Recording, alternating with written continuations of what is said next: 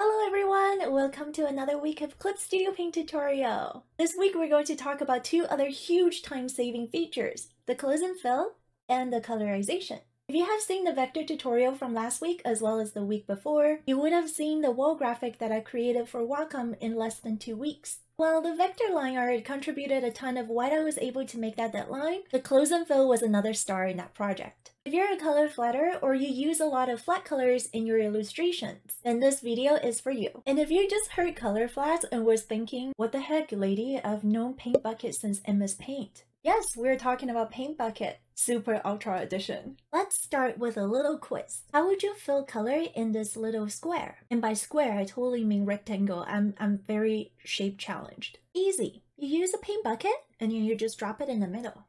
So I hope you will pass that one. Now comes the second question.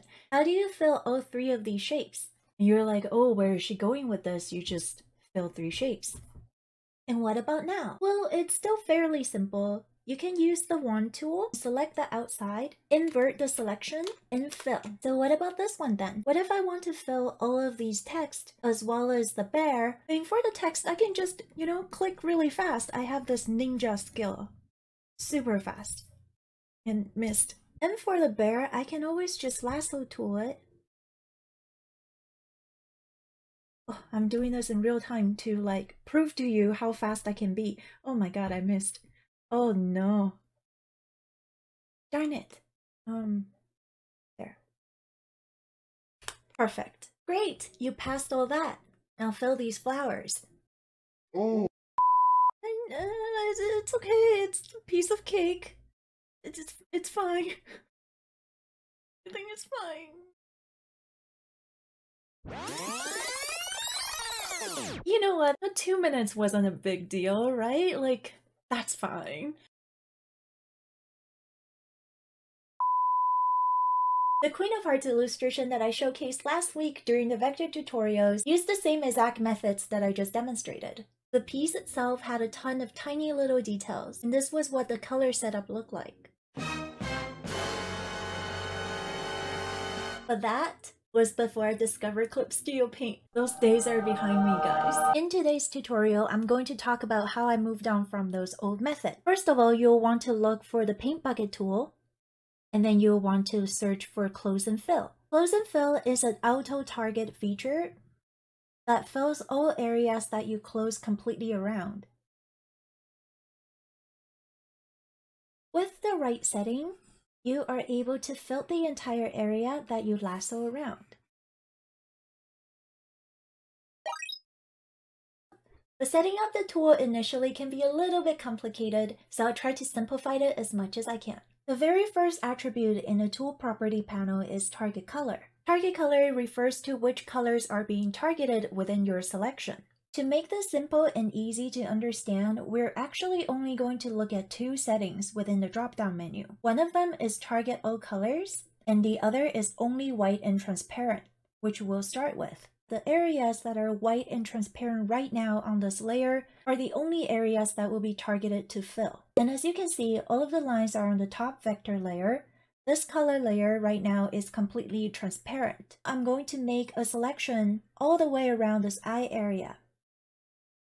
And when I release it, it's going to fill those enclosed areas that I just made a selection around. Let's say I want to fill the rest of the eye, the rest of the paws, and also this little nose here. I just enclose those areas and quickly fill them in. So because the target color is only white and transparent, even when I'm enclosing around the entire bear, it's not going to override the color in the eyes, nose, and paws because they're not being targeted. Another thing to keep in mind is that you must circle around the entire area that's enclosed. So for example, if I want to fill in dead line, but then the E, I don't circle around the entire shape, it's not going to fill the E, but filling everything else. The second attribute is close gap. Gaps are a color flatterer's biggest enemy, because when there are gaps in the line art, it's not considered a closed area. So no matter how much I go around it, only this part is going to be filled because that's a closed area. But as long as you increase the amount that it's willing to close, You can fill that no problem. With those things in mind, you can now fill these areas very quickly. Color margin is an interesting one. It controls the range of color that is considered the same color. If I enclose this area right now, supposedly it's not going to override the color because the target color is set to only white and transparent. However, it did. The reason for that is because the color margin right now is set to pretty high. Therefore, a wide range of color close to white is all considered to be white. So this yellow has been considered white. It is part of the target color. If I don't want that targeted, all I need to do is lower the color margin. Now it's not going to target that. With those in mind, you can now fill up the rest of the image really quickly. And if you want to change the colors for a particular area, you can just set the target color to target all colors. And now, even if the area has already had color down, it's going to override it. Area scaling decides if it wants to overfill or underfill. To see it clearly, we're going to disable the paper and the reference lines. There is a lot of transparent areas still, due to the lines being that thick. I'm going to fill another color on another layer so you can compare it a little bit easier. Right now we increase the area scaling to 20, and then we're going to fill this area out again. So you can see the green area is larger than the original color.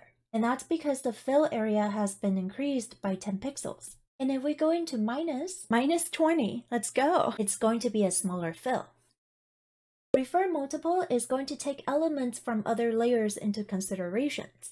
This is a must if your line art is on a vector layer, because color fill can only be on raster. Right now we have the bare line on one layer, green lines on another, and then the Wacom line on another.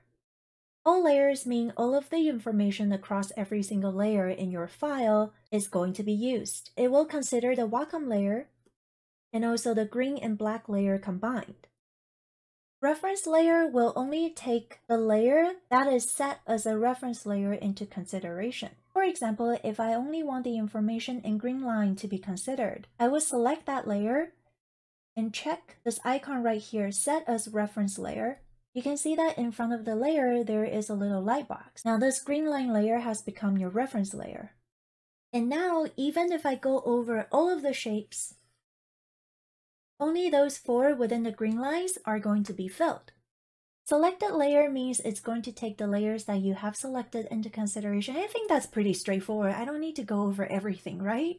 And the layers and folder can be super useful, especially if you have your line art across a ton of different folders. Now the rest of the beautiful drawing, thank you, I know, are in the bottom folder, but I drew some more really intricate shapes in another folder. If I have layer in folder selected, it's only going to fill the line art in the same folder. The last one is filled up to vector path. If your line art is on a vector layer, which by the way, it should be, having this attribute checked means it will really cleanly fill up to your vector path. See right there?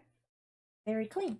This also means that the area scaling, even if you increase it, it's not going to go over that line. But if you decrease it, it will decrease, but it'll take the path itself into consideration instead of the thickness of the line. I'm tired.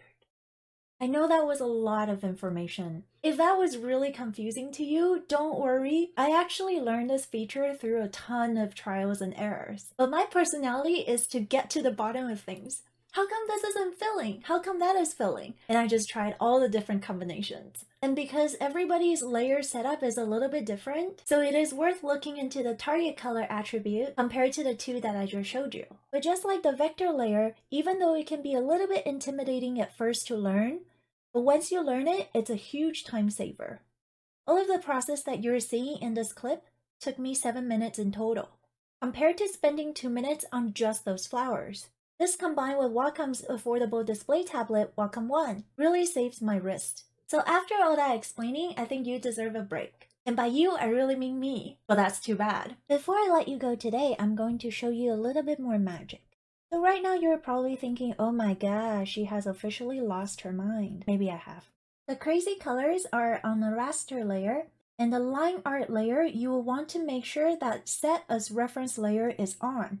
so that you can see a little lighthouse icon in front of it. And now we're going to go into Edit, Colorize, use Hint Image and colorize when you have the raster color selected.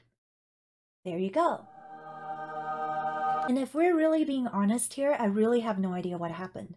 This feature is still a mystery to me, but it's oh my gosh so cool. What's even cooler is that if you have your line art selected and you go into Edit, Colorize, instead of use Hint Image, you choose Colorize All. It's going to give you a different result. And now if you enable both of them, you can create some really interesting effect.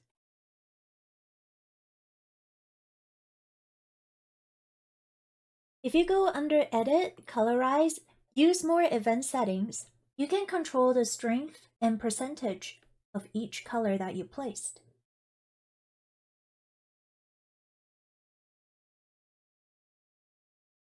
And that is the beauty of digital art. The possibilities are so endless. I'm constantly still discovering new palettes, new techniques, and varieties that I can bring back into my traditional art. In the end, always remember to have fun with your craft. Before we go, next week is super exciting because we're going to be talking about the feature that I get asked the most often. I will give you a hint. And that is all. Thank you guys so much for watching. I am the one with Bear. I'll see you next week.